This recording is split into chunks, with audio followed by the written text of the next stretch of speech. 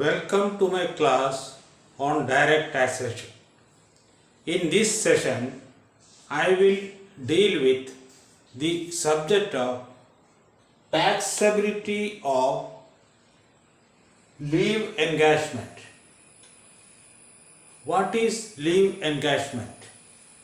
Leave encashment simply means getting payment for the accumulated portion of leave. An employee under the existing labor and employment laws will be entitled to several types of leaves. Casual leave, medical leave and privilege leave are some of the major types of leave an employee is entitled to. Normally, an employee will accumulate privilege leave until the end of his service, and on retirement he will get paid for the accumulated portion of the privilege leave at the last drawn salary. So there is an advantage for an employee to accumulate it.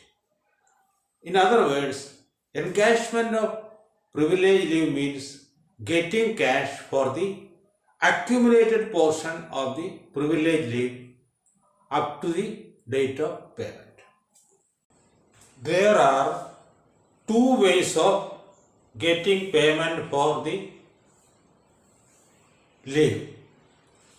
One is while the employee is in service. If an employee receives payment of leave salary during his service, the amount received will be fully taxable under 17(1) VA. This applies to all employees, including government employees.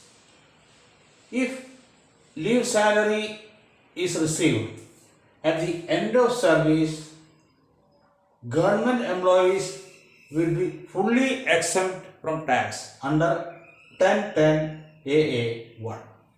For the private employees, the rule is different. I will explain to you what it is. Section 1010 AA1 clearly defines government employees as those employed by the central and state governments. It excludes employees of local bodies, public sector undertakings and foreign government employees. Taxability of leave encashment for other category of employees. The lowest of A. Actual amount received. B. Rupees 25 lakh. Remember, this was 3 lakhs up to last year. This year it was increased to 25 lakhs. C. 10 into average salary for the last 10 months. D. 1 month, technically 30 days. Leave for every completed year of service minus leave availed into average salary.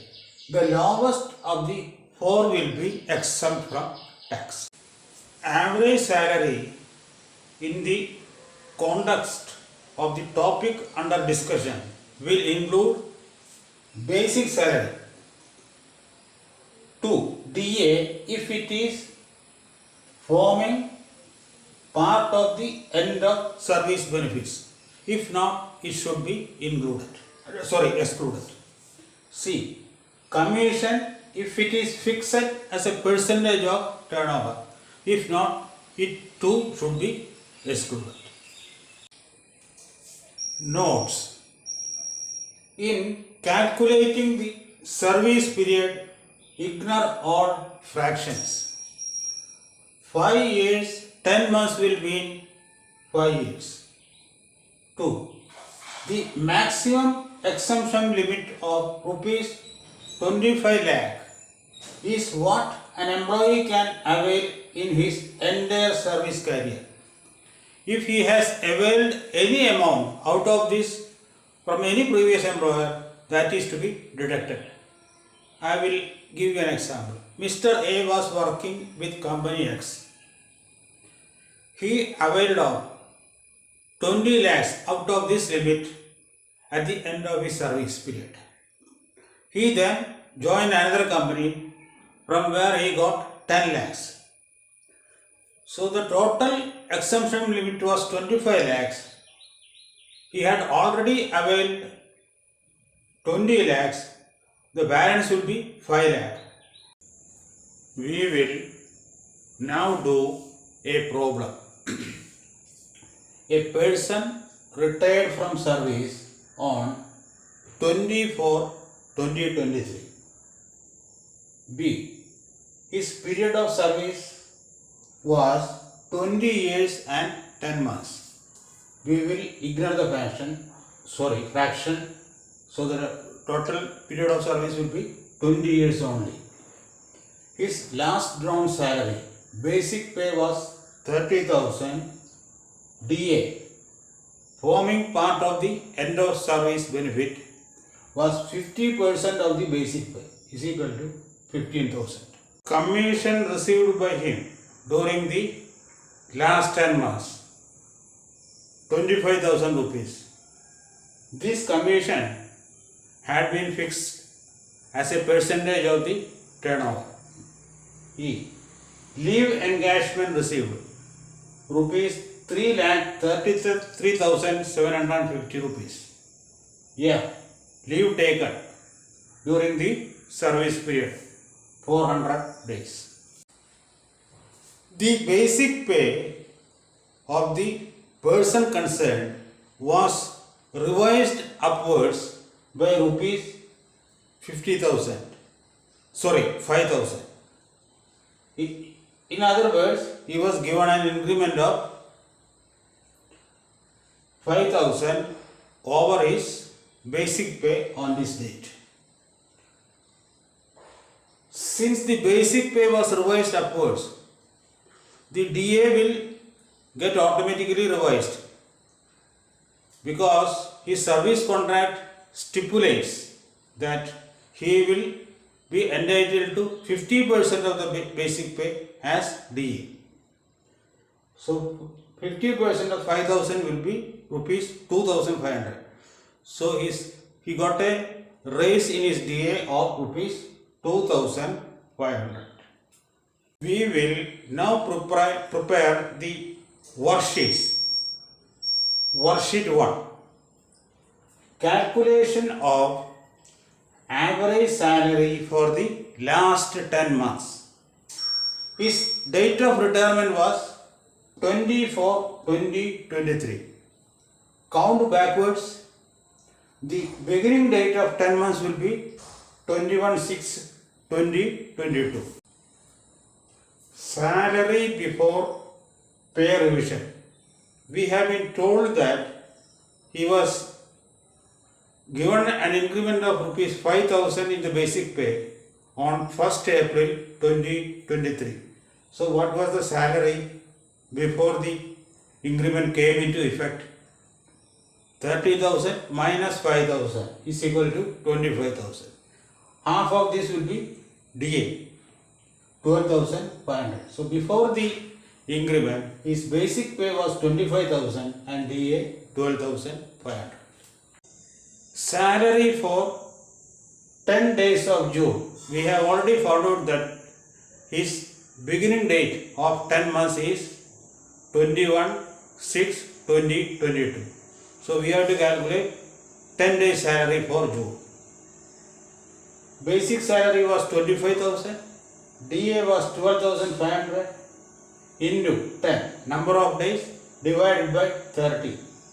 30 days for every month is equal to 12,500. For 9 months, from 1st July 2022 to 31/3/2023, that is 9 into 37,500, that is 25,000 plus 12,500 is equal to 3,37,500.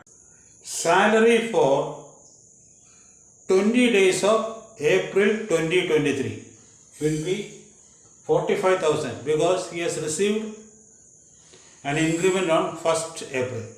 45,000 into 20 by 30 is equal to 30,000. Commission, we will have to include it because it is fixed to a percentage of turnover. That is 25,000. This was the total amount he received during the 10 months. So what? Add everything together, you will get 4,05,000 rupees. Now 10 months average will be 4,05,000 divided by 10. So average salary will be 40,500. Worksheet 2. Calculation of actual leave salary entitlement at the time of retirement. Leave entitlement for 20 years. He has worked for 20 years. For every completed year, he will get 30 days leave. So 20 into 30 is equal to 600. Out of which he has already availed 400 days of leave. So the balance accumulated leave will be for 200 days.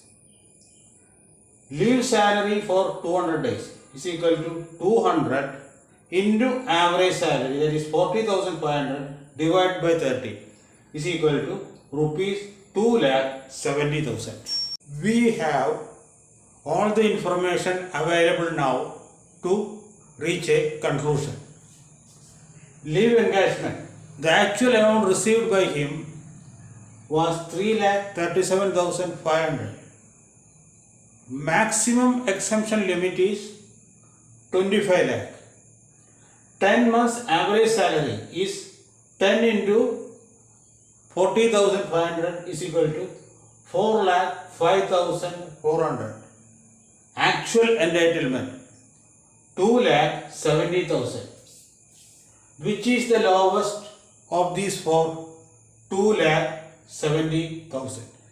So his exemption will be 2,70,000 and he has to pay tax on the amount of 3,37,500 minus 2,70,000. With this, I will end the session. Thank you.